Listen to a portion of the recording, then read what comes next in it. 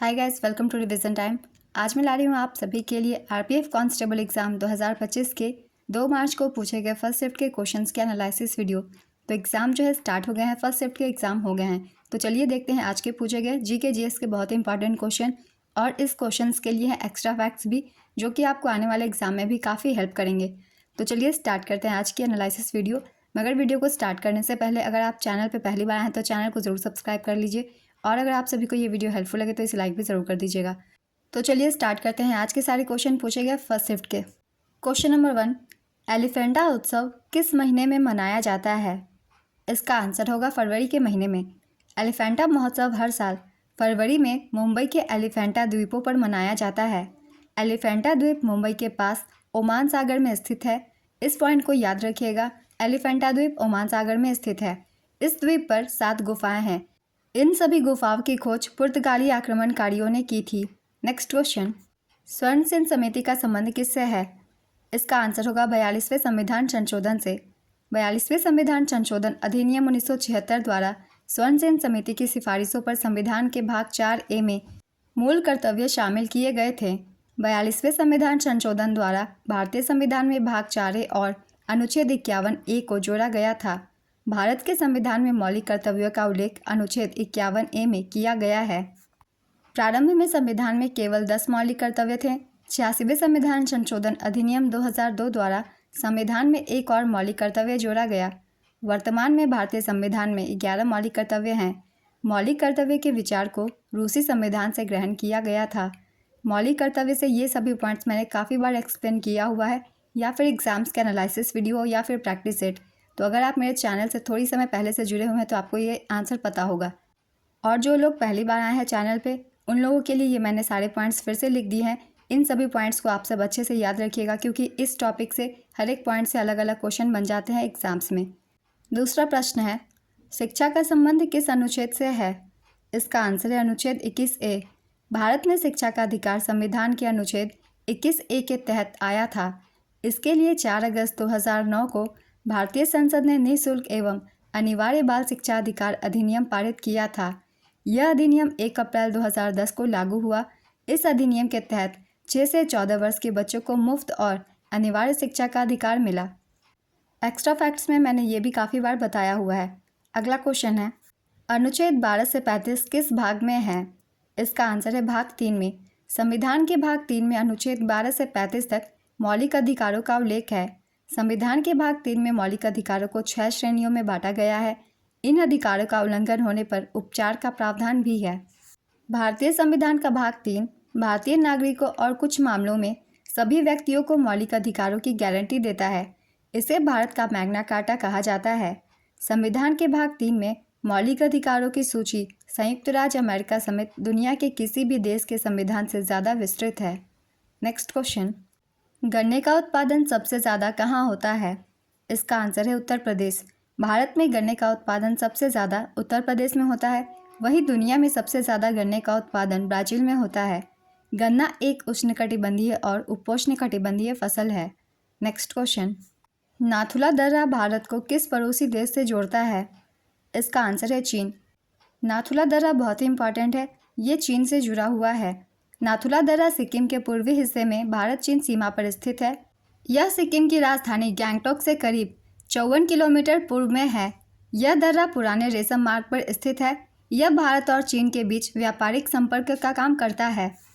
दर्रा से क्वेश्चन पूछा गया है तो आगे भी चांसेस है दर्रे से क्वेश्चन पूछे जाने के। तो हम जान लेते हैं कुछ महत्वपूर्ण दर्रों के बारे में। पहला है नाथुला दर्रा। इस दर्रे को 1962 के भारत चीन युद्ध के बाद बंद कर दिया गया था। इसे 2006 में कई द्विपक्षीय व्यापार समझौतों के बाद फिर से खोला गया। अब है जोजिला दर्रा। भारत के केंद्र शासित प्रदेश लद्दाख के कारगिल जिले में स्थित है। यह हिमालय का एक ऊंचा दर्रा है। यह दर्रा श्रीनगर लेह राष्ट्रीय राजमार्ग पर स्थित है। अब है बनिहाल दर्रा। जम्मू कश्मीर के डोडा जिले में पीर पांजाल पर्वतमाला में स्थित है। यह समुद्री तल से 2832 मीटर की ऊंचाई पर है। बनिहाल दर्रा जम्मू को श्रीनगर से जोड़ता है। और अब है शिपकीला दर्रा। यह हिमाचल प्रदेश के किन्नौर जिले में है। यह हिमालय का एक प्रमुख दर्रा है। यह भारत और तिब्बत के बीच सीमा चौकी भी है। यह दर्रा सतलुज घाटी में स्थित है। यह दर्रा समुद्र तल से 4,300 मीटर से ज़्यादा की ऊंचाई पर है। यह नाथुला के बाद तिब्बत से व्यापार के लिए दूसरा सीमा मार्ग है। ये कुछ महत्वपूर्ण दरों के बारे में इंपॉर्टेंट पॉइंट्स है, इन सभी को आप सब याद रखिएगा। हो सकता है आगे के एग्जाम में भी क्वेश्चन पूछ लिया जाए दर्रा से संबंधित। अगला क्वेश्चन है, भारत में आर्थिक सुधार 1991 के दौरान प्रधानमंत्री कौन थे? इसका आंसर है पीवी नरसिम्हा राव। भारत के आर्थिक सुधारों के दौरान प्रधानमंत्री पीवी नरसिम्हा राव थे। वे भारत के 9वें प्रधानमंत्री थे और उन्होंने 1991 से 1996 तक शासन किया। इस दौरान वित्त मंत्री डॉक्टर मनमोहन सिंह थे। 1991 की मंदी से डॉक्टर मनमोहन सिंह ने ही भारत को निकाला था। इन्होंने कुछ आर्थिक सुधारों के फैसले लिए थे, इन्हें एक बार हम देख लेते हैं। इन्होंने लाइसेंस राज खत्म करने का फैसला किया। विदेशी निवेश पर लगे प्रतिबंध हटाए गए। आयात पर लगने वाले शुल्क कम किए गए। सरकारी खर्चों को कम किया गया। औद्योगिक लाइसेंसिंग में कटौती की गई। औद्योगिक विनियमन को तर्कसंगत बनाया गया। ये कुछ महत्वपूर्ण फैसले थे। अगला क्वेश्चन है, 1857 के प्रथम स्वतंत्रता विद्रोह में भाग लेने वाली प्रसिद्ध महिला स्वतंत्रता सेनानी कौन थी? इसका आंसर है बेगम हजरत महल। लखनऊ में 1857 की क्रांति का नेतृत्व बेगम हजरत महल ने किया था। 1857 के विद्रोह में खान बहादुर खान ने बरेली से नेतृत्व किया था। रानी लक्ष्मीबाई ने झांसी से 1857 के विद्रोह का नेतृत्व किया था। उनके खिलाफ अंग्रेजों का नेतृत्व करने वाले सर हीरोज ने कहा कि वह विद्रोहियों के बीच एकमात्र पुरुष है। तात्या टोपे ने कानपुर से 1857 के विद्रोह का नेतृत्व किया था। तात्या टोपे का पूरा नाम रामचंद्र पांडुरंग टोपे है।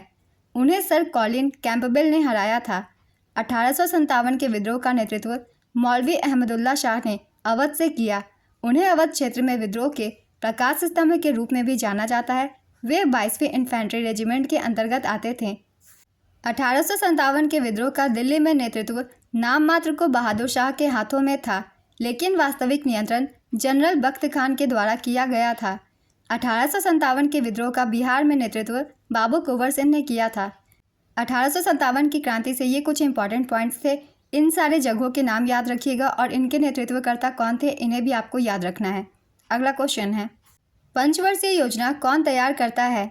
इसका आंसर है योजना आयोग। इसका आंसर आप सभी को पता ही होगा। योजना आयोग ही पंचवर्षीय योजनाओं का निर्माण करती थी। पंचवर्षीय योजना को तैयार करने, कार्यान्वित करने तथा विनियमित करने का कार्य योजना आयोग नामक संस्था द्वारा किया जाता था। वर्ष 2015 में योजना आयोग का स्थान नीति आयोग ने ले लिया। नेक्स्ट क्वेश्चन, भगवान जगन्नाथ से कौन सी यात्रा निकाली जाती है? इसका आंसर है रथ यात्रा। आप सभी को पता ही होगा, हर साल निकाली जाती है ये यात्रा। यह यात्रा हर साल आषाढ़ महीने के शुक्ल पक्ष की द्वितीया को निकाली जाती है। यह यात्रा 10 दिनों तक चलती है। नेक्स्ट क्वेश्चन, भारतीय संविधान का अनुच्छेद 42 किससे संबंधित है? इसका आंसर है काम की न्याय संगत और मानवीय परिस्थितियां और मातृत्व राहत से। यह अनुच्छेद राज्य नीति के निर्देशक सिद्धांतों से संबंधित है। नेक्स्ट क्वेश्चन, 1857 के विद्रोह के दौरान दिल्ली पर कब कब्जा किया गया था? इसका आंसर है 21 सितंबर 1857 को। भारतीय संविधान के किस भाग में राज्य नीति के निर्देशक सिद्धांत शामिल है? इसका आंसर है भाग 4 में। भारतीय संविधान के भाग 4 में अनुच्छेद 36 से 51 तक राज्य के नीति निर्देशक तत्वों का उल्लेख है। अनुच्छेद भी याद रखिएगा, 36 से 51 तक। इन तत्वों के कुछ उदाहरण हैं, समान नागरिक संहिता का कार्यान्वयन, अस्पृश्यता का उन्मूलन, महिलाओं पर कानूनी अक्षमताओं को हटाना, कुटीर उद्योगों को बढ़ावा देना, निःशुल्क और अनिवार्य शिक्षा, पर्यावरण की रक्षा एवं सुधार, वनों एवं वन्य जीवों की सुरक्षा करना, ऐसे कलात्मक या ऐतिहासिक रुचि के स्मारकों, स्थानों और वस्तुओं की रक्षा करना, राज्य की सार्वजनिक सेवाओं में न्यायपालिका को कार्यपालिका से अलग करना। भारतीय संविधान के वर्णित नीति निर्देशक तत्वों की प्रेरणा आयरलैंड के संविधान से ली गई है। तो ये कुछ इंपॉर्टेंट नीति निर्देशक तत्व थे जो कि हमारे संविधान में किए गए प्रावधान के तहत है। ये सारे पॉइंट्स आप सब अच्छे से याद रखिएगा। अगला क्वेश्चन है, भारत और ऑस्ट्रेलिया के बीच आयोजित संयुक्त सैन्य अभ्यास 2024 कौन सा संस्करण था? इसका आंसर है तीसरा। इस संयुक्त सैन्य अभ्यास का नाम ऑस्ट्राहिन था और यह अभ्यास 8 से 21 नवंबर 2024 के बीच पुणे में आयोजित किया गया था। नेक्स्ट क्वेश्चन, भारत में कितने आपराधिक कानून 2024 में लागू किए गए हैं? इसका आंसर है 3। अगर आप मेरी करंट अफेयर्स की वीडियो देखते हैं तो आपको इसका आंसर पता होगा, मैंने आप सभी को बताया हुआ था। भारत में 1 जुलाई 2024 से 3 नए आपराधिक कानून लागू हो गए हैं। 3 नए आपराधिक कानून हैं। पहला, भारतीय न्याय संहिता 2023, भारतीय नागरिक सुरक्षा संहिता 2023 और भारतीय साक्ष्य अधिनियम 2023। नेक्स्ट क्वेश्चन, मौर्य साम्राज्य में अमात्य किसके प्रमुख मंत्री या सलाहकार होते थे? इसका आंसर है राजा के। मणिपुर राज्य में मनाया जाने वाला संगाई महोत्सव कितने दिनों तक मनाया जाता है? इसका आंसर है 10 दिनों तक। संगाई महोत्सव 10 दिनों तक चलता है। यह हर साल 21 से 30 नवंबर के बीच मणिपुर में आयोजित किया जाता है। नेक्स्ट क्वेश्चन, भारत के उपराष्ट्रपति का चुनाव किसके द्वारा किया जाता है? इसका आंसर है निर्वाचक मंडल के द्वारा।